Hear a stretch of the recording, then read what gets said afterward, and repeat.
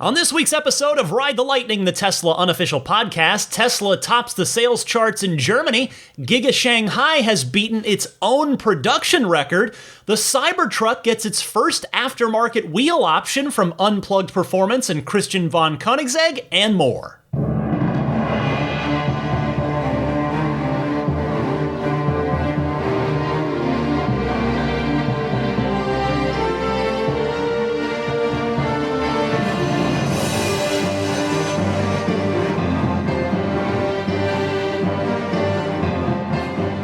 What's happening, friends? Ryan McCaffrey here with you alongside Daisy the Boxer. It's episode 376 of Ride the Lightning, the weekly Tesla unofficial podcast for October 16th, 2022.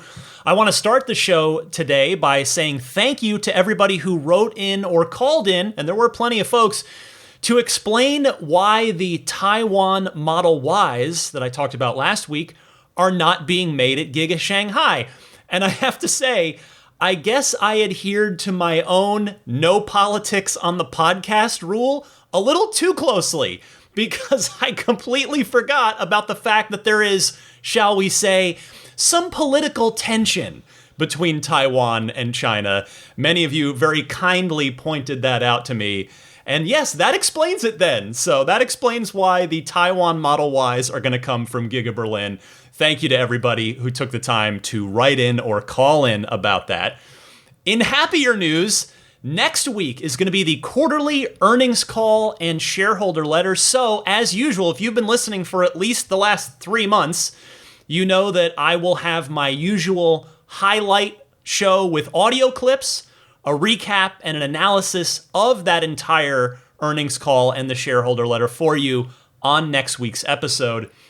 In fact, it's going to be up an extra day early for those of you who back me on Patreon, because on Friday, I've got to get, which is the day I would normally record, I've got to get on a plane to head to, and this is the last time I'll mention it until the recap next week, I guess, but, the week after, TeslaCon, Florida, which I have been very graciously invited to. That is going to be happening this week, October 21st and 22nd. It's not too late if you'd like to attend. It's going to be down at Cape Canaveral. You can find out more information at teslaconflorida.com. I've heard from a few of you that are saying you're going to be there, you're looking forward to meeting me. Well, I am looking forward to meeting all of you as well. And then one more PSA before I get the proper news started. Just a mention of this week's Lightning Round bonus mini episode for the ludicrous tier and up on Patreon.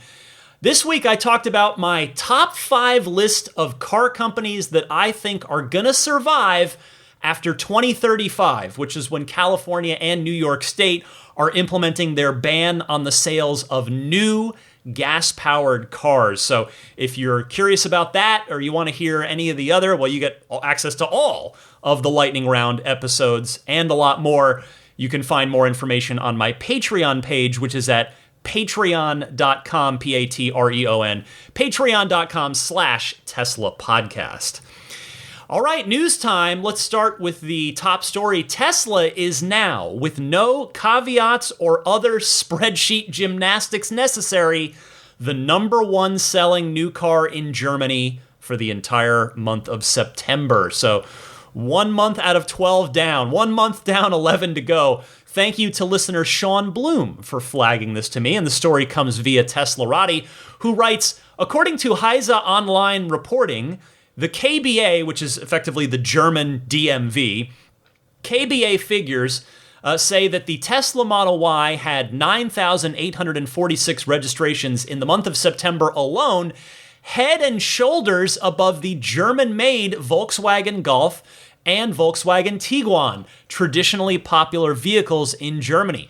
Perhaps even more surprisingly, Teslarati notes, the Model Y destroyed its Model 3 sibling, which itself had 3,878 registrations, a number that nonetheless still put the Model 3 on top of the midsize segment. Overall, 224,816 new vehicles were registered in Germany in September, including 44,389 SUVs. That means that the Model Y alone represented over 4.5% of the entire German new car market and just over 22% of SUV sales. Together with the Model 3, the two models represented just over 6% of the German new car market.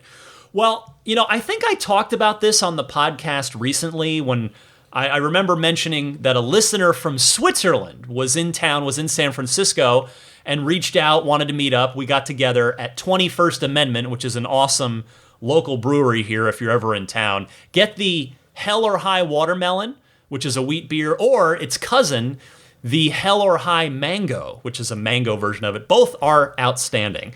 Anyway, and during that visit, that listener from Switzerland, I was talking to him about this very thing. The rarity of an American car coming into a territory that's dominated by German cars, which Switzerland is, and the American car being not just highly desirable, but also very successful on top of that. Because, of course, those two things don't necessarily go together. If something can be highly desirable, like the next-gen Tesla Roadster, but that doesn't mean it's going to be very successful because it's very, very expensive. Well, in Germany's case, as in Switzerland's case, I learned, the Tesla Model Y and also Model 3 are doing just that. So it's so darn impressive to me that Tesla has won in Germany for the month of September. I mean, I know it's 1 month out of 12 months, and there's a lot you could caveat and you could slice it up, but it's just cool that on Germany, in Volkswagen's home turf, the Model Y was the top-selling vehicle. 1 in 5 new SUVs, regardless of their fuel source, 1 in 5 new SUVs sold in Germany last month. In fact, almost 1 in 4, 22%. Almost 1 in 4 was a Model Y. Just think about that. Just pause and let that sink in for a second. Out of every 5 new SUVs sold in the entire country for an entire month, 1 out of 5 of them was a Model Y. In Germany, I mean, that's cool, where this is a place where BMW calls home, Mercedes calls home, Audi, and, well, the whole Volkswagen group, right, calls home.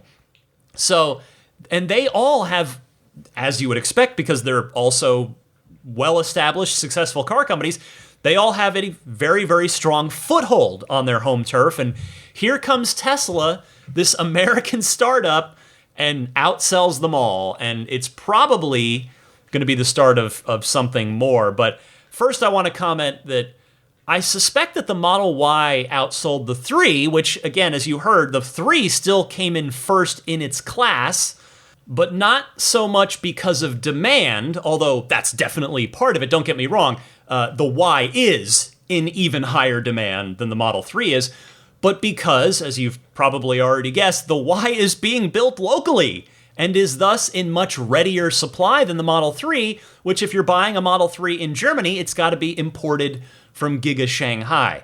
Now, finally, I think there's one more point I'd like to make here, and you've heard me say it before on stories like this, and that is, these numbers are only going to go up.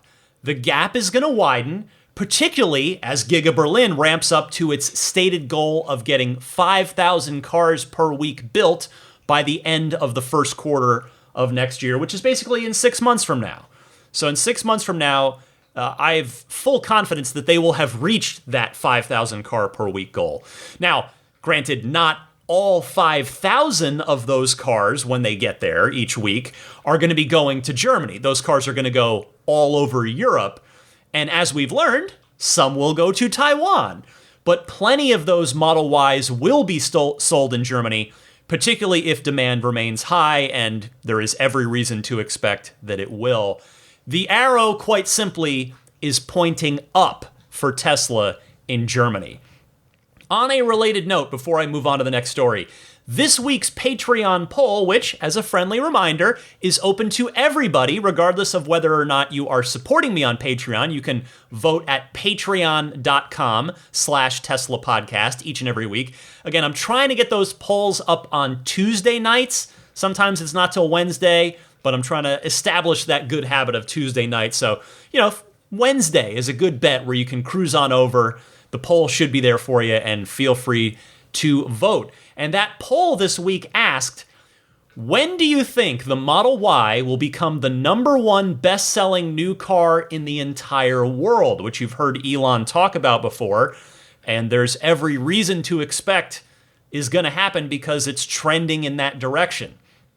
Of the 160 votes cast as I record the show here on Friday evening, more than half of you, 55% of voters, said in about a year from now, in the second half of 2023, which honestly, I might have voted with you on that, but it would have been between that for me and the next highest category, the next highest vote-getting category, which was sometime in 2024, 19% of the vote, so about 1 in 5 of you there. 12% said are even more bullish, saying it's going to happen in the first half of 2023, 4% saying sometime in 2025, and 10% of votes saying, I don't think the Model Y will get to number one in the world. A great comment here from Morty C1973. Says, number one Corolla sold 1.1 million plus units in 2021 compared to 900,000 plus Model Ys, but Tesla predicts 1.3 million Model Ys in 2023. He says, I think they will make number one late next year. More incredible if it happens, considering the Model Y is about $70,000. All right, I mean, it's 66, but if you take average sale price, yeah, 70's fair. 70,000 compared to the Corolla's roughly $25,000. And so, yes, great point. Nearly triple the price. The Model Y's nearly triple the price, and it's still surging towards that number one spot. So, again, thanks to everybody that took a minute to vote in this week's Patreon poll. Next up this week, Giga Shanghai has beaten its own production record. This story comes via Drive Tesla Canada, who writes, with 1 full month of upgraded production under its belt from the upgrades they did back in August, Giga Shanghai set another production record in September. According to data from the China Passenger Car Association, aka the CPCA, a total of 82,088 vehicles rolled off the production lines at Tesla China last month, beating the record set the month before by nearly 5,500 units. The Model Y accounted for 51,381 of those vehicles, with the Model 3 making up the remaining 30,000 and change. Interestingly, despite the overall increase, Model Y production actually decreased by over 5,000 units. ShareLoft speculates this number could be due to a short production stop due to a typhoon that was in the area in mid-September, or possibly ongoing supply chain issues that have plagued all automakers. This also indicates October has the potential to be another record-breaking month for Giga Shanghai if Model Y production can match or beat August's performance. Earlier this week, the CPCA also published Tesla's monthly sales, showing the company also set a record, selling 83,135 vehicles in September, 77,000 plus of those domestically in China, while exporting another 5,500 to other markets. Well, 83,000 vehicles in September from Giga Shanghai means that if they keep that pace, you just heard that it's very possible that they may very well beat that. They may increase that pace. But let's just say, for the sake of argument, that they hold that pace. Then, and by the way, and let's say they hold it for the entire quarter, which again is highly unlikely if everything goes according to plan, which, as we saw with this typhoon we just heard about, it doesn't always go according to plan, but if things go according to plan, the number is going to go up, but let's just say it holds that pace. In that case, you're looking at a 250,000 car Q4 from Giga Shanghai.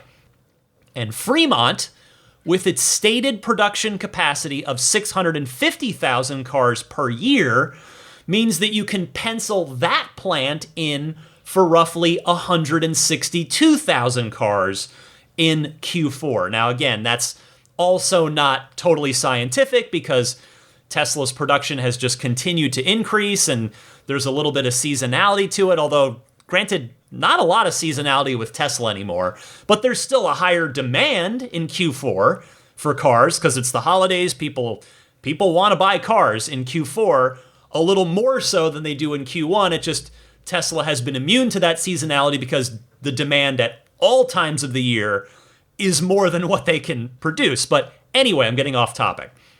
So let's say, as I ballpark projected last week, that Giga Texas does 15,000 Model Y this quarter, all right? And let's say Giga Berlin does 26,000, which I'm getting that number from 2,000 a week for a 13-week quarter. Add that up, and the Q4 production total would be right about 450,000 across the entire company, across all the plants, give or take.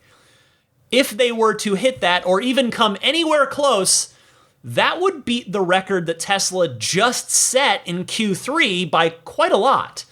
And it looks like it's very much in play. In fact, I'm going to go ahead. I should be doing this every quarter, as a lot of folks in the Tesla community like to do. It's just a fun game. There are no prizes. There's no real, it's just for pride, just playing for fun. I'm gonna throw out my guess right now for Q4. I'm gonna say Q4, the production number is 453,000 total cars. So mark me down, 453K, bookmark this podcast, and come back to it at the beginning of January when they announce those numbers. It'll be the very, very beginning of January, and we'll see how close I was, or perhaps if I was even close at all. Next up this week, here's a fun story. Our friends at Unplugged Performance have teased their custom-designed aftermarket wheels for the Cybertruck. Yes, you heard that right. The Cybertruck that is not yet in production already has an aftermarket wheel gearing up for market. You may remember when Ben, the co-founder of Unplugged Performance, was on this very podcast a couple of months ago. And we had a wonderful hour-long interview.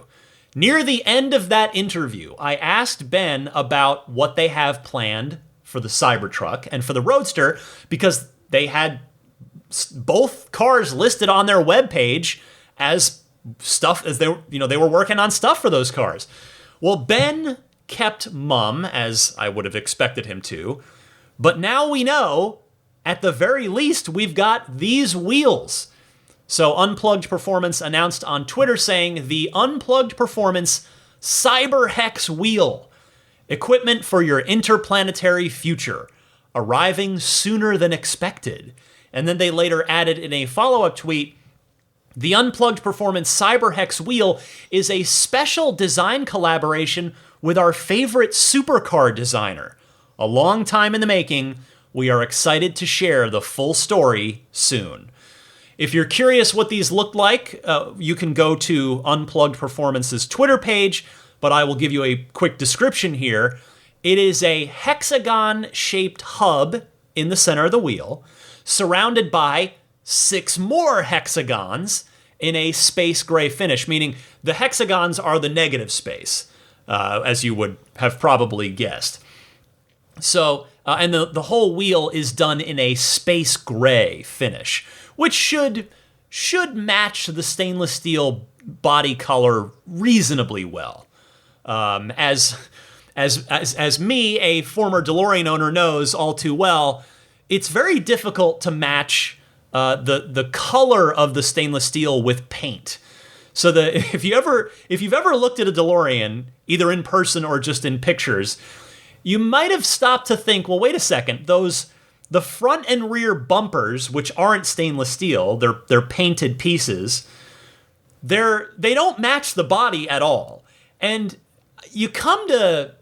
I think you kind of just come to get used to it really quick, but if you stop and think about it, it is kind of weird that the DeLorean has these these bumpers that are mismatched to the body, but that's why. It's because paint matching stainless steel is not easy. Anyway, it does appear that the space gray color, the space gray finish of these CyberHex wheels are doing their best to match up with the Cybertruck stainless steel body. So anyway, this to me, I believe it's the first credible aftermarket Cybertruck accessory that I'm aware of, particularly since the collaboration being hinted at there. Granted, I am saying this is the case, and I'm saying it with 95% certainty because I don't know who else this would be in reference to, that they're referring to a partnership with Christian von Koenigsegg, the head of course, Koenigsegg, the supercar maker.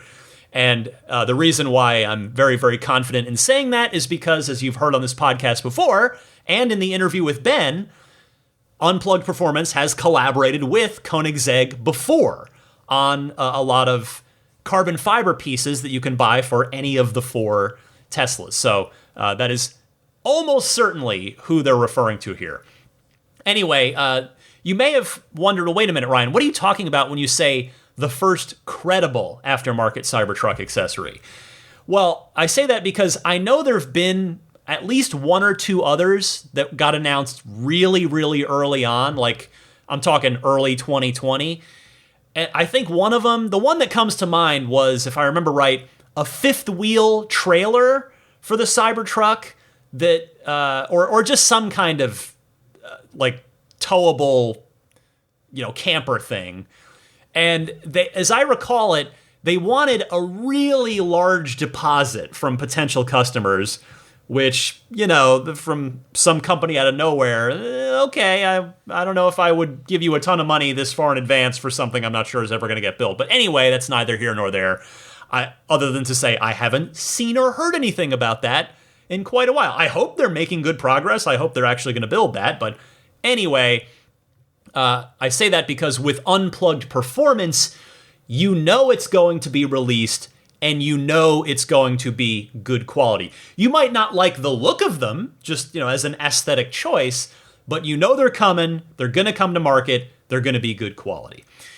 Of course, the second most intriguing part of that tweet that is probably still sticking in your mind and you're wondering if I'm going to talk about it, well, yes, I am. The second, the first part is the whole bit about a supercar designer, which we just covered. But the other thing, the arriving sooner than expected comment. So to me, that doesn't necessarily suggest that the Cybertruck itself is going to be arriving any sooner than the mid-2023 date that we've been told to expect. I mean, after all, look at it this way. I can't imagine that Tesla would want an early arrival of the Cybertruck messaged out by a third-party vendor. And I mean, zero disrespect to Unplugged Performance when I say that. But if that was the case, I have to imagine Tesla themselves would message it. But in fact, Unplugged Performance themselves might not even know exactly when the Cybertruck is coming. We know they've partnered with Tesla on stuff, and they've got an in, if you will, but who knows if they know. It's probably more unlikely than likely that they know exactly when the Cybertruck is coming out, because Tesla themselves might not quite know exactly when just yet. But anyway, a final point here.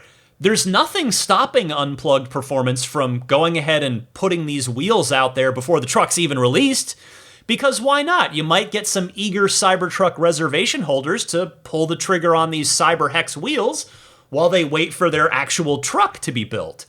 So I'm going to be very interested to see how these wheels look on a Cybertruck. We've got a picture of them, a render of them, just as wheels, but the full context is key.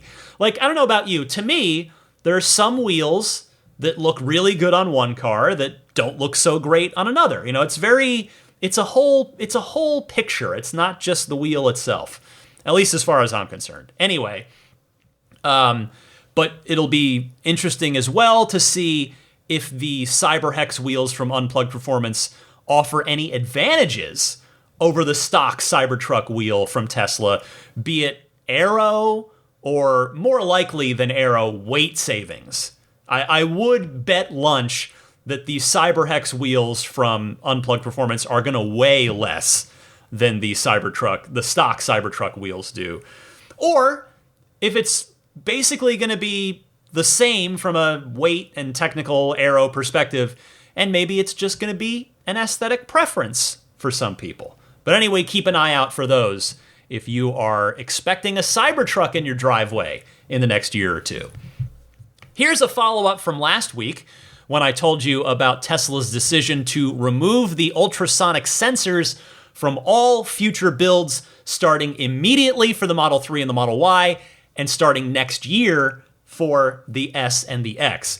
According to a cost breakdown analysis by Monroe Live's Mike Lane, and by the way, that's the entire reason I'm mentioning this, is because Sandy Monroe, the head of Monroe and Associates, who Mike Lane, of course, works for, Sandy and his team are professionals. They do this across the industry for a living, so that's why I'm very confident in the numbers that they're giving here. They might not be exact. All the numbers I'm about to give you, which Monroe Live, the Monroe team makes clear, they are estimates, but they're probably going to be pretty close given Monroe and team's history in the automotive component field with regard to costs and manufacturing, all that stuff. Anyway, thank you again to Teslarati for the nice written summary of the Monroe Live video. So if you do want to watch it, head on over to the Monroe Live YouTube channel.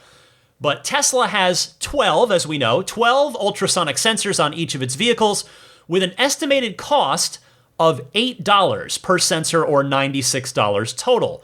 At an estimated 15 cents each, Tesla's heat-staked brackets for parts and installation total $1.80. Its fascia wire sensor harness is estimated to cost $2.20 each, totaling $4.40 for two. For the underhood wiring connectors, Tesla uses two at an estimated cost of 40 cents each, totaling 80 cents. It also uses wiring and connectors for the dash and body harnesses, estimated at 50 cents, totaling $1. Tesla also uses two integrated circuits, estimated to cost $5 each. The grand total comes out to $114 per vehicle. Now, you're probably doing the math in your head already, and so I will do so as well. If Tesla makes 2 million cars next year, and yes, I realize that not all 2 million of those cars are going to be made without the ultrasonic sensors, since we don't know when in 2023 the S and the X are going to drop them. Could be January, or it could be July. But either way, the S and the X, as we have learned over the last number of quarters, only account for, 6% of Tesla's total production? So anyway, let's just say 2 million cars that will be shipping without ultrasonic sensors in 2023. That's $228 million saved. Of course, while shareholders might care about that, customers ultimately do not.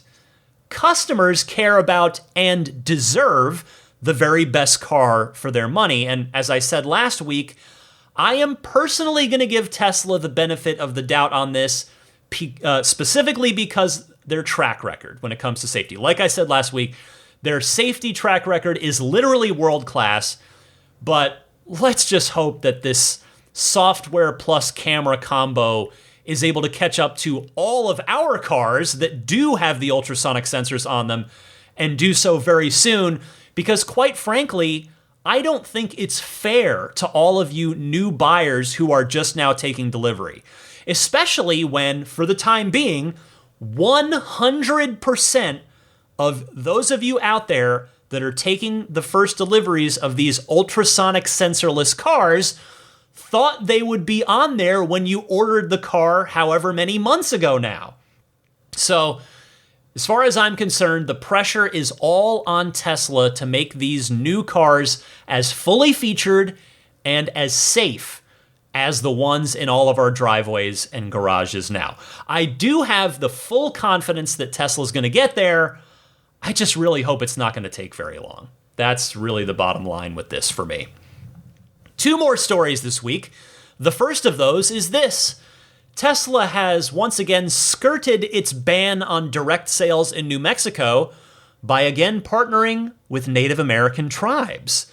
Teslarati again with the write-up. They were on fire this week. Good stuff at Teslarati. Tesla is building its second sales, service, and delivery center on tribal land. The Pueblo of Santa Ana announced a new Tesla center on the Tamaya Indian Reservation. Tamaya Ventures owns the Pueblo of Santa Ana wholly and partnered with Tesla on a 35,000 square foot multi-purpose center. The new Tesla center will occupy 4 acres of land in the Pueblo's master business lease/business development district. Tesla plans to open the center by May of 2023. Quote, "This is an exciting start to the next frontier of tribal economic creation, diversification, and competitiveness," said Governor Joey Sanchez. Continuing, Tamaya Ventures has executed extremely well on behalf of the Pueblo of Santa Ana to bring a global partner like Tesla to our region. This partnership brings opportunities for economic impact and diversification and opportunities to create careers, not just jobs. The investment that Tesla is making in workforce development and training as part of this project will be extremely valuable in helping our strategic efforts to create an economy that is powered by STEAM, science, technology, engineering, arts, and manufacturing, end quote. Well, as far as I can see here, this is 100% a smart move by the tribal nations, because if the rest of New Mexico is too bogged down by archaic dealer laws that are being kept on the books by special interests, or worse, money changing hands, I guess that's the same thing. But then, hey, if you're the tribal nations, you can come in, you can take advantage of your sovereign nation status that allows you to create your own laws on your land, and you can welcome Tesla, which is not only a clean energy company, but a rapidly growing and a desirable one as well. This has literally 0 downsides for the Pueblo of Santa Ana. This is going to create jobs. It's going to bolster their local economy. And it also puts the tribe, again, in my humble opinion, on the right side of history compared to the rest of New Mexico from a policy perspective. So I love every aspect of this for both parties, and I am happy to share this story with you on this week's podcast. Let's hear about one other United State before we go, though. Finally, this week, the state of Vermont has started a gas vehicle buyback program called Replace Your Ride, giving owners $3,000 for their old gas vehicles. A tip of the cap one more time to Teslarati, who was on it with the news this week. They write, according to VT Digger, Vermont Digger, the state of Vermont has introduced a gas vehicle buyback program called Replace Your Ride. The program will give owners $3,000 to surrender their gas vehicle that is 10 years old or older, with the intention of helping people purchase electric vehicles in the future.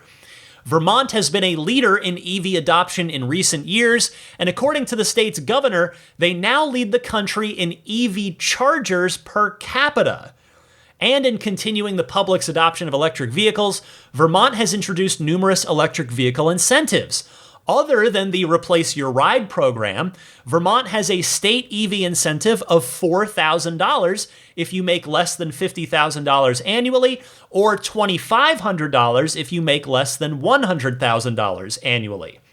Furthermore, Vermont has been running a high-efficiency vehicle incentive for years now, known as Mileage Smart. Mileage Smart gives owners up to $5,000 to purchase a used hybrid or electric vehicle. On top of this, Vermonters can apply for an incentive from their utility company, Green Mountain Power, which will give them up to $2,500 to purchase an electric vehicle. With this large assortment of incentives, Vermont's state legislature claims that their state offers the, quote, highest incentive targeted to lowest income, end quote. Again, all fantastic here. All fantastic. If we lived there, my wife could probably utilize this program to get rid of her 18-year-old Mini Cooper that we are currently considering options, electric vehicle options to replace, because that Mini is definitely worth less than $3,000. We looked it up. But hopefully this helps get a lot of people into an EV, whether it's a Model 3 or a Chevy Bolt or anything else. I mean, when you are asking people to make a big change, which, as all of you who own Teslas know, going electric is a big change. Most people find it to be a fun change, but we have to acknowledge, and some of us may have felt this, it can be an intimidating one at first. You know, it's just such a paradigm shift from what we've known our whole lives with regard to automotive transport.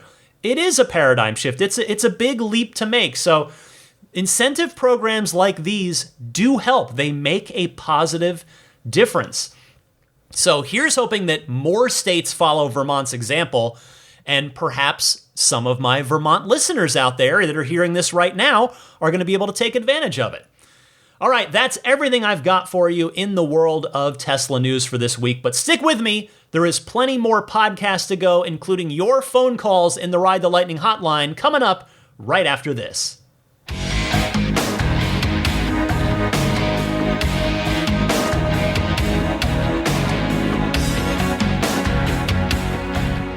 Before I get to the Ride the Lightning hotline, let me mention AccelerateAuto.com and their XCare extended warranties for EVs. The response from all you guys has been strong, so they are back for more for Q4, which is awesome. That means the $100 off discount code, which, by the way, is Lightning, remains available to you. But let me remind you about XCare real quick. So in short, the founders of the company are former Tesla guys themselves, and they have stepped up to offer an extended service agreement where Tesla no longer does. That means things like MCU replacements, onboard computer systems for Model 3 and the Y, door handles for the Model S, AC and HVAC issues that can creep up, the air suspension in the S and the X, and more are all covered on their extended service plan once your 4-year, 50,000-mile factory warranty is up. XCare is built specifically for EVs and offers coverage for up to 10 years and up to 175,000 miles with a $100 deductible. Me, I've got a 3-year, 40,000-mile extended service plan myself. Now, they also offer leasing for customers, businesses, and public entities that are looking for a more creative leasing solution than a cookie-cutter approach. In fact, unlike Tesla's leases, Accelerate allows you to buy the car at the end of the term if you so choose. So, learn more and find the right extended warranty plan for you and your Tesla at AccelerateAuto.com/xcare. That's XCelerateAuto.com/XCARE. And don't forget that discount code, which again is Lightning, for $100 off your purchase. And that brings us to the Ride the Lightning hotline, your chance to call in and be featured on the podcast. If you've got a Tesla question, comment, or discussion topic, feel free to call in with it, and I might feature you on an upcoming episode. You can call in one of two easy ways. In either case, please try to keep your call to 90 seconds or less so that I can get to as many people each show as possible. And the two easy ways are either use your smartphone's built-in voice recording software, record that 90-second or less question, and then email that file to me at teslapodcast@gmail.com.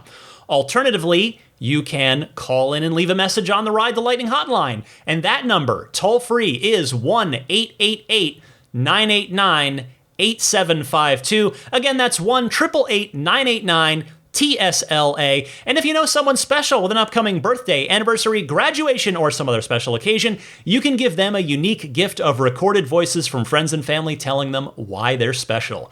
The recordings can be podcasted or put onto a keepsake. Visit lifeonrecord.com to learn more. Let's kick it off with Chris in Arizona. Hey, Ryan, this is Chris in Arizona, and I wanted to comment on two of the subjects from last week's podcast. I'm a longtime listener and Tesla Model Y owner. And I think that the sensors could easily go away. I know it's kind of like a shock. It's like, well, I love having those sensors and tell me how many inches I am from the other car. But also, on the second subject, I rented a car from Hertz last week and wanted to get an electric car. They had Teslas, but the Polestar 2 was $35 less per day. So I rented the Polestar 2. And on a side note, the cool part about it was they charged it up to 100%. And told me that as long as I bring it back with 10% or more, I don't have to charge it. So that was really nice. So it makes it much cheaper than a gas car that you have to fill up to bring back. Anyway, the Polestar 2 has a 360-degree top-down view camera, which I preferred when parking. I turned that on, and I didn't miss the 12, 16, 12, 10 inches away sensors. I could see exactly where the car was. Am I close to the curb? Am I close to the car next to me? So I think the sensors can go away and the vision can take care of it. But I do hope that Tesla gives us that 360-degree top-down view and replace those sensors. So, and I'm sure that's the plan. Anyway, I just thought I'd bring that up. Anyway, say hi to Daisy, and thanks again for the podcast. Love it every week. It's part of my routine to listen to you when I'm on a bike ride. Thanks. Howdy, Chris. Well, I am very happy to be a pleasant part of your weekly bike riding routine. I've never driven a Polestar 2. In fact, I haven't even sat in one. I've seen plenty of them. They are getting pretty popular here in the San Francisco Bay Area. But I have heard very good things about them. So it's good to know that they are affordably priced at Hertz the next time I need to rent a car, and either the Teslas are unavailable or priced out of my budget for it. But I'm going to file that bit of information away. Anyway, as for the top-down 360-degree view when parking, that is a feature that many a Tesla owner has cried out for over the years, but Tesla sadly either can't or won't give it to us. I have to imagine that it can't, because I think if they could have done it with their camera array, I have to imagine they would have by now. Anyway, thinking about this whole removal of the ultrasonic sensors some more, I know it came up in the news earlier in the podcast. I think my biggest issue here is Tesla looking before it leaps. And I'm not saying they just happenstance found themselves, oh, well, we're suddenly out of sensors. What do we do? No, it's not I'm not saying it quite like that, but I think you get what I'm saying here. So I guess to clarify, what I mean is that ideally Tesla would have done all of their software updates while running ultrasonic sensors in parallel for redundancy. And then once they were quite sure that they had brought the cameras up to feature and functional parity with the ultrasonic sensor functionality, then they would have removed the ultrasonic sensors. But I suspect what happened is probably the same thing that I suspect, again, I don't know for sure, the same thing that I suspect happened with the removal of the radar. That Tesla ran out of parts from their supplier, be it either the end of their contract or, well, I guess, or the supply chain shortage causing the parts to literally run out, and Tesla decided that they could figure it out on the fly. Unfortunately, that means that, as I've been over, new Model 3 and Model Y owners, for the next little while at least, are going to be lacking features for some indeterminate amount of time. I don't think it's a coincidence that the S and the X are keeping their sensors at least into some point next year, because I think Tesla wants to make sure that they can get the new cars back up to feature parity before removing those sensors on the $100,000 cars. Now, maybe some of what I'm saying here is unfair hand-wringing, since we haven't yet, it should be any minute now, but we have not yet heard from any owners of these new ultrasonic sensorless cars as of yet. So I guess we will get a pretty clear picture of where we stand collectively as a community with regard to these cars compared to the cars with ultrasonic sensors very, very soon. Chris, thanks for your call. Next up, Jason from Temecula. Hey, Ryan, this is Jason from Temecula again. We got our Model X, and what an amazing vehicle. However, I would love to see an amazing feature requests. While it's great having the back screen for the kids to watch movies, I know that you can't actually change the movie if you're on a long road trip. You physically have to go back and touch the screen to get a different movie going on. It'd be great if the passenger would be able to control what movies are going to be watched for the kids in the back, since our little one is unable to actually touch the screen being in her car seat. Hope you can get the message out, and thanks for a great podcast. Jason, this is one of those suggestions that as comes up frequently from all of you wonderful folks who call in because you're all super smart and plugged into this community. This is one of those suggestions that's so good, I don't know how it's not in the car already. I'd have to hope that this one is already on the Tesla software team's priority list, but if not, hey, I am happy to help it find their ears and thus hopefully their whiteboard as well to make it onto the upcoming software feature list. Thank you for your call, Jason, and hey, congratulations on your new Model X. Lewis in Florida is next. Hey, Ryan, this is Lewis in Florida. I have to agree with you that Tesla generally does right by its customers, but the NHTSA recall to do with the backup camera, they're refusing to do the fix on my car, and they want me to approve an estimate for $570 to even look at my car and do the work. I've had this problem all along, and in the past they told me it was going to be fixed via a software update, and then the recall happened, and ever since the recall happened, I've been asking Tesla to fix it in my car because I've had issues with it. Now my camera is cutting out completely every now and again. And when that happens, I'm getting other errors in the car sometimes. So I'm worried that that may have caused additional damage to the electrical system. And they're still refusing to touch it, even though I almost hit my garage the other night while trying to back into my driveway. So I'm hopeful this isn't going to have to turn into a class action lawsuit, but it's looking like Tesla is going to have to be pushed a lot harder to do the mandatory fix. Let me know if you have any input. Have a good one. Lewis, I'm very sorry to hear this. I wish I had a quick solution for you. The fact of the matter is that if you're getting error codes spit at you, that means that Tesla can see those errors in your car's log, and that's clearly an easy decision to fix your car. You didn't say if you're out of warranty or not. Perhaps maybe that's the hang up on their part here. I have one suggestion for you, and admittedly, it's not an amazing one, but maybe it's something. Try a different service center. You're in Florida, so hopefully you should have alternatives to whichever one you've been going to. The thing is, I've heard, and you've heard me say it on the podcast before, I've heard plenty of anecdotes in the past of people who have great experiences at one service center and not great experiences at another service center. I mean, you hate to see that kind of inconsistency. You'd like for the experience to just be great no matter where you go. But the Tesla folks are humans, just like the rest of us. They're not robots, so it could be worth trying your luck elsewhere. So good luck to you, Lewis. Appreciate you calling in. Here's Dimitri from Maryland.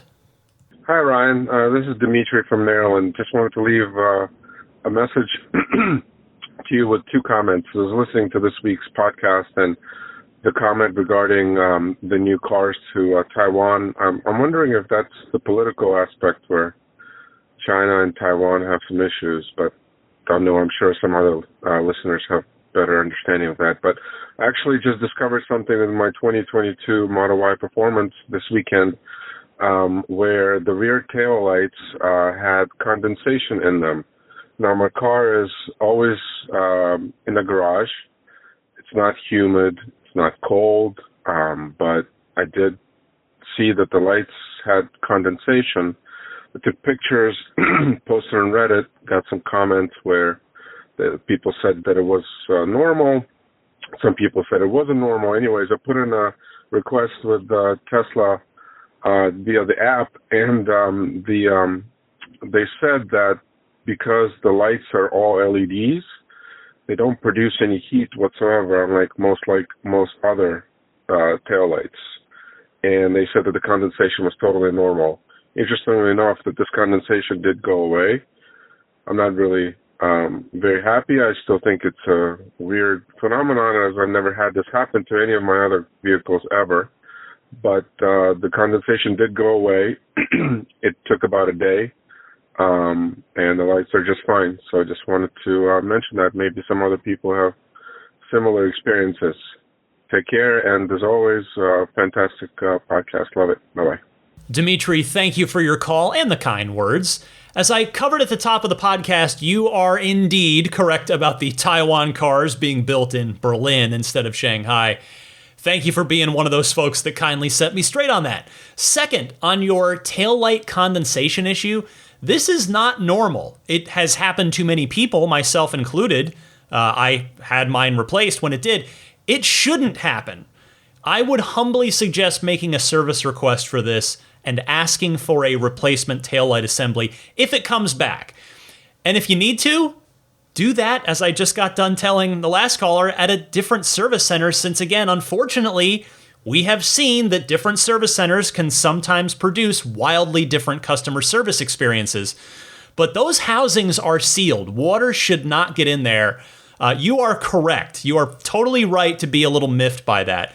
But otherwise, I hope you are enjoying your new Model Y performance. Here's Jason Chalukas. He's going to be our final caller this week. Take it away, Jason.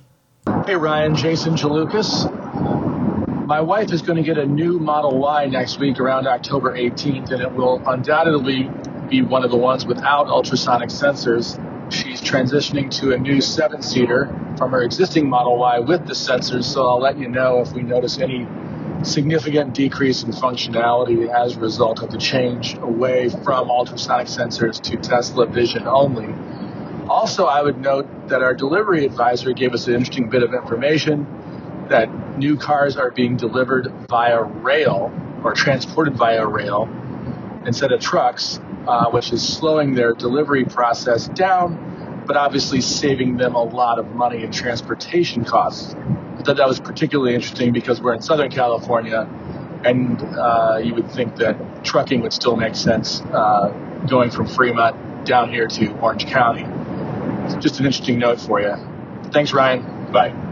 Jason, it's a pleasure as always. I'd absolutely love to get a report from you and your wife after a week or so of ownership on that new Model Y to hear how the parking and the tight movements feel without those parking sensors versus, since you're familiar with them, on the previous car. And it's not surprising that Tesla is using rail transport, by the way, wherever it can. I mean, it's probably more environmentally friendly, I think. I don't know that for a fact, but I think so. In addition to being cheaper, right? In any case, though, thank you very much for volunteering to be part of this experiment, if you will. Though, of course, you didn't know you were signing up to be part of that experiment. I will look forward to hearing from you and your wife again soon. Here's hoping that your delivery goes smoothly next month. Thank you to everybody who took the time to call in. I promise I will get to more phone calls. Well, we'll see, maybe next week, but usually the earnings call episodes end up being long enough on their own without phone calls, but feel free to keep those calls coming on whatever topic is on your mind. I gave you the call-in information at the top of this segment, and I will get to your calls, if not next week, for sure, the week after. Be right back with a little more Ride the Lightning right after this. This is Steve Downs, the voice of Master Chief, Sierra 117. You're listening to Ride the Lightning, the Tesla unofficial podcast. You know, that Cybertruck looks a lot like a warthog, doesn't it? Master Chief, out. An entertainment recommendation for you for this week. Last week, I told you about my deceased friend and mentor, Rob Smith's book about LucasArts, and a couple of you reached out. I guess I should have thought that through a little more, in the sense that apparently that book, there was never a second printing, and so there was only one hardcover run, and so if you can find a copy, it's super expensive. So if you're interested in the book and now you can't find it for an affordable price, I do apologize for that. I was just kind of speaking emotionally and in the moment last week. I hadn't thought to check for the relative availability of that book. But this week, you know what? While I'm on the subject of books, I don't think I've ever mentioned the book that I contributed to. It won't surprise you to learn it's a DeLorean book. Many years ago, really in the mid-'80s, after the DeLorean Motor Company fell, There was a book written by an author named John Lamb called Stainless Steel Illusion. And it's regarded very well as a sort of very fair, just, what's the best word? Just a thorough look at what happened with the company. And it's a really interesting read. And that book was out of print for many years. Well, my friends at the new DeLorean Motor Company got the publishing rights to it, I guess, 20 years ago now. And 20 years ago, I guess 19 years ago, they reprinted it, but with an updated additional chapter, an addendum, if you will. And they asked me to write it, which I had never written anything like that before. I eagerly dove in, and the end of that book is written by me. If you buy the second edition of it, so it just sort of it's a speed run catch up from 1985 to 2003, I guess, because that's when I wrote it. So if you're interested in that, learning a little bit about the DeLorean and getting a little bit of my writing in there, which I'll be honest with you, I haven't looked at it in a long time.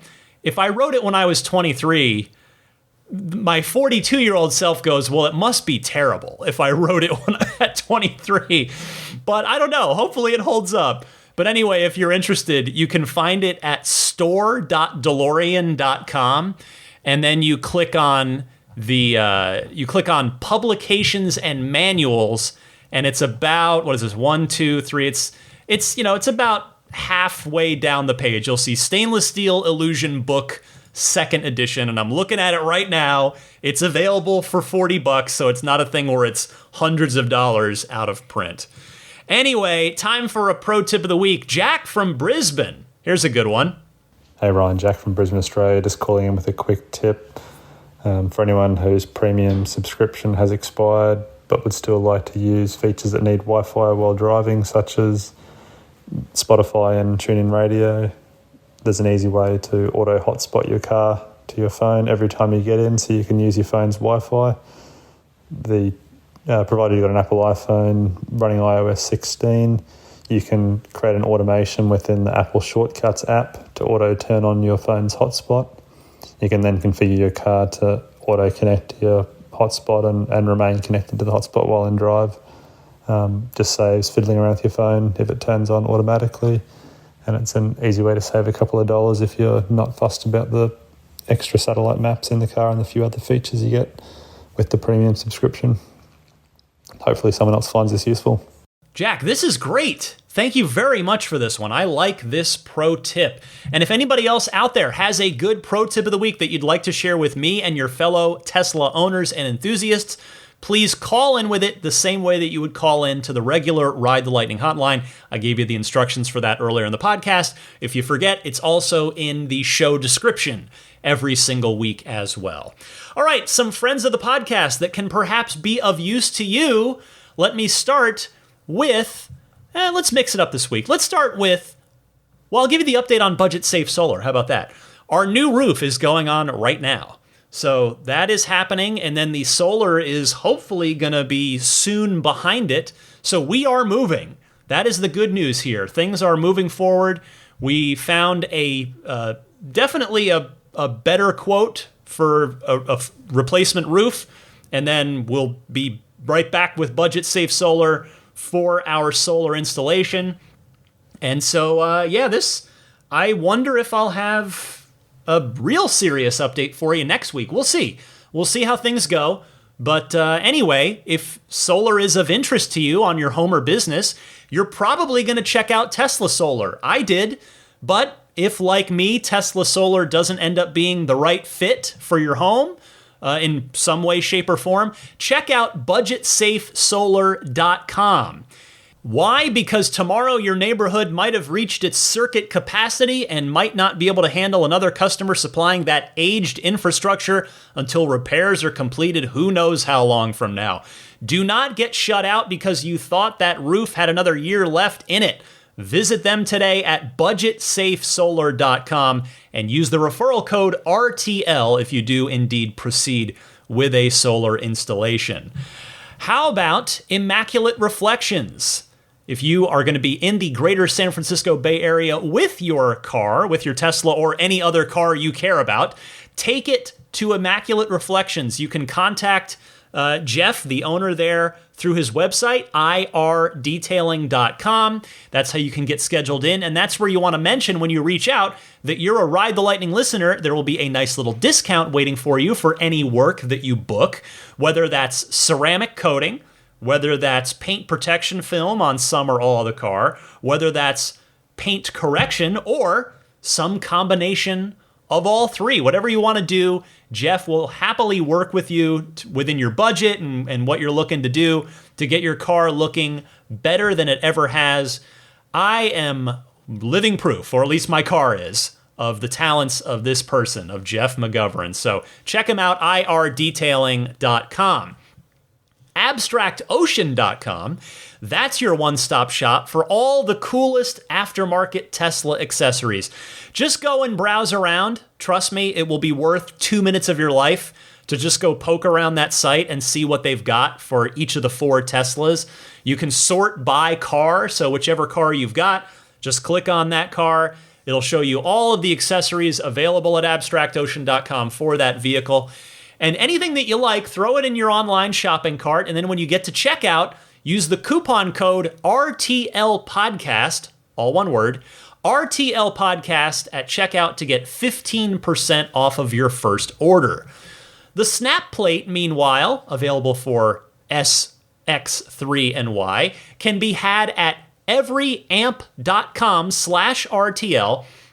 This is the front license plate bracket that I highly recommend if indeed you either want to put a front license plate on your car or your local government necessitates by law that you do. Go with the snap plate, everyamp.com/RTL.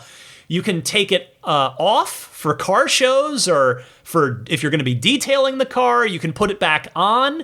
If you're going to be parked at a parking meter, you want to avoid that parking ticket, the fix-it ticket.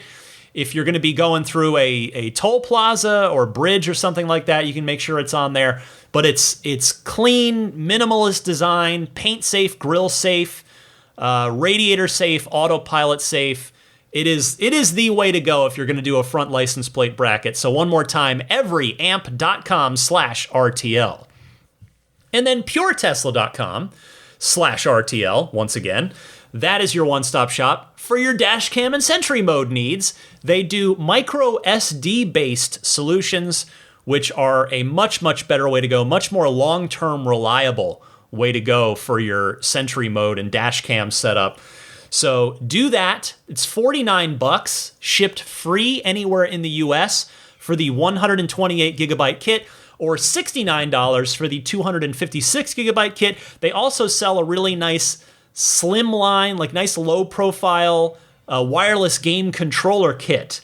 If you want to keep those in your center console or your glove box, or maybe your frunk even.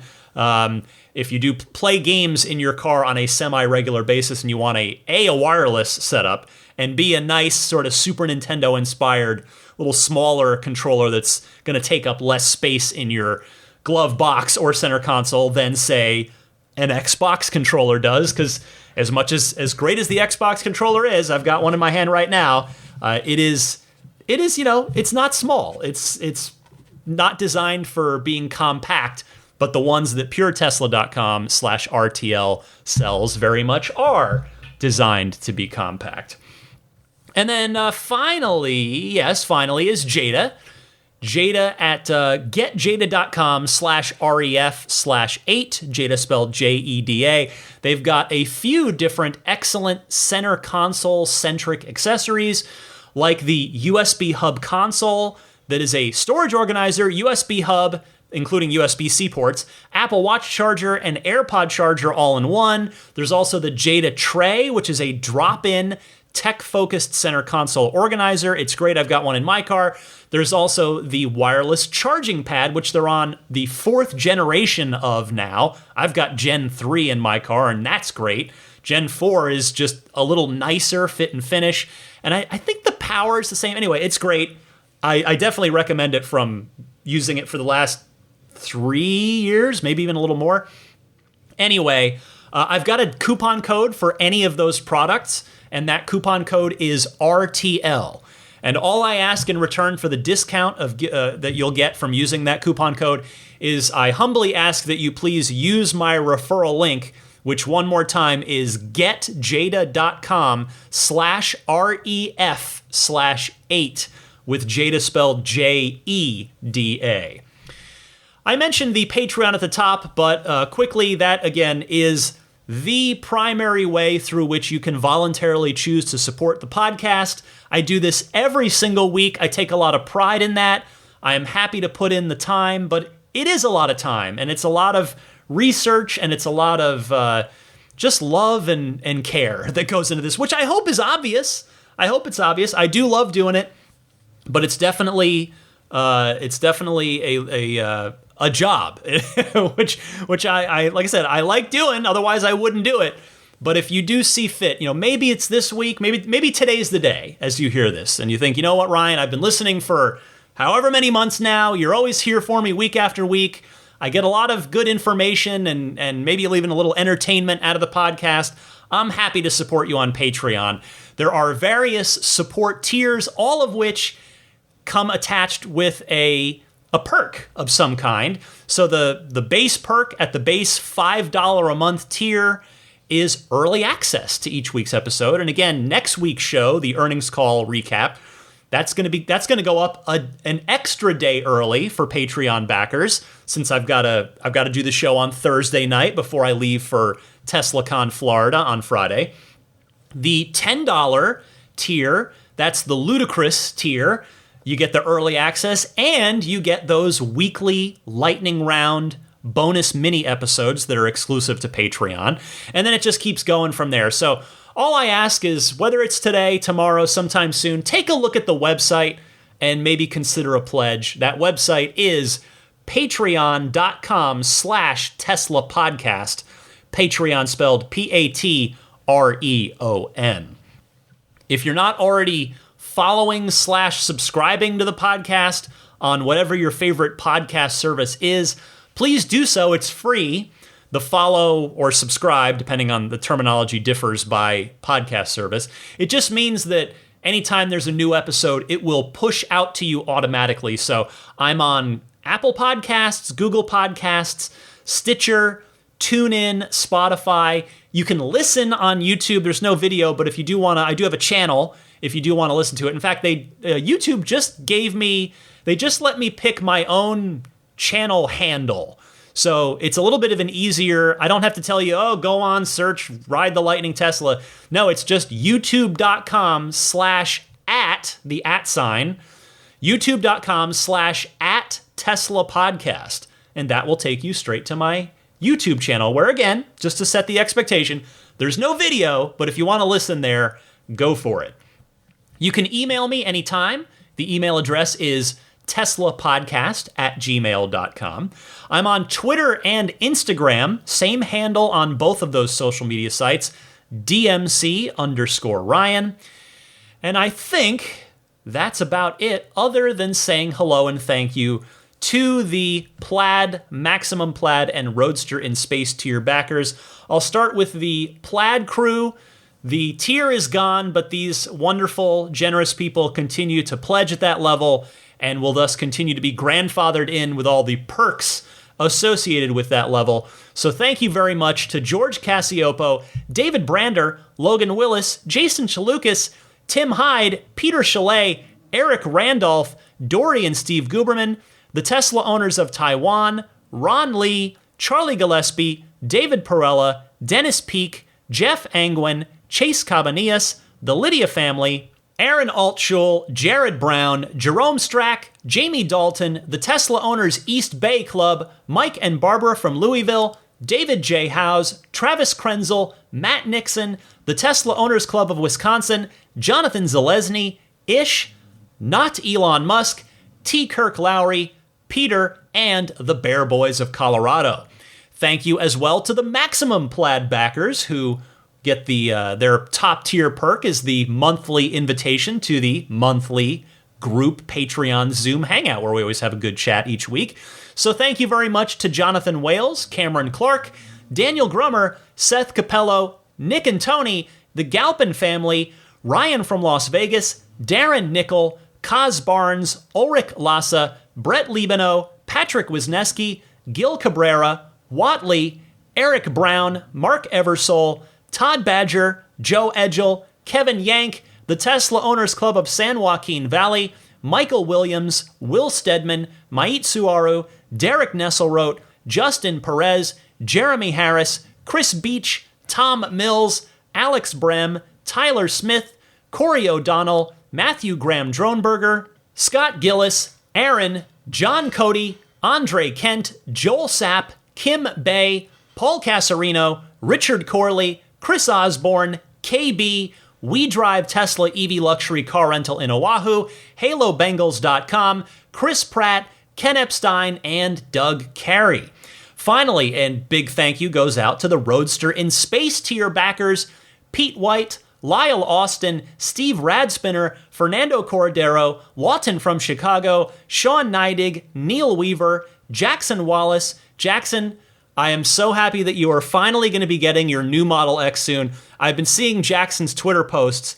He is one of the people that has been waiting literally hundreds of days for his new Model X.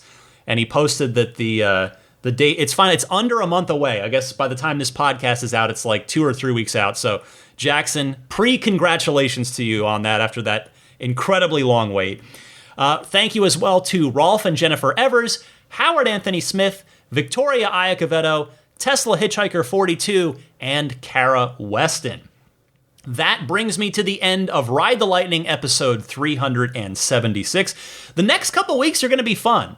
Next week, of course, as I've said, is going to be the quarterly earnings call recap and analysis. And then I'm heading to Florida for TeslaCon Florida. So the following episode, 378, I'll do it at the end after all the news and stuff, but I'll catch you up on how that event went and how much fun that was. I'm really looking forward to it. So in the meantime, I wish all of you happy electric motoring.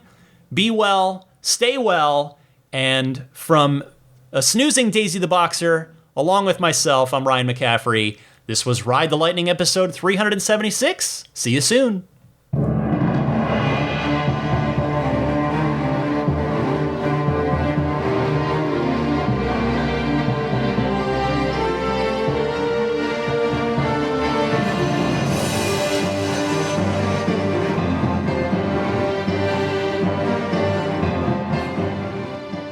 I mean, I think a Tesla is the most fun thing you could possibly buy ever. That's what it's meant to be. Our goal is to make it's not exactly a car. It's actually a thing to maximize enjoyment. It's maximum fun.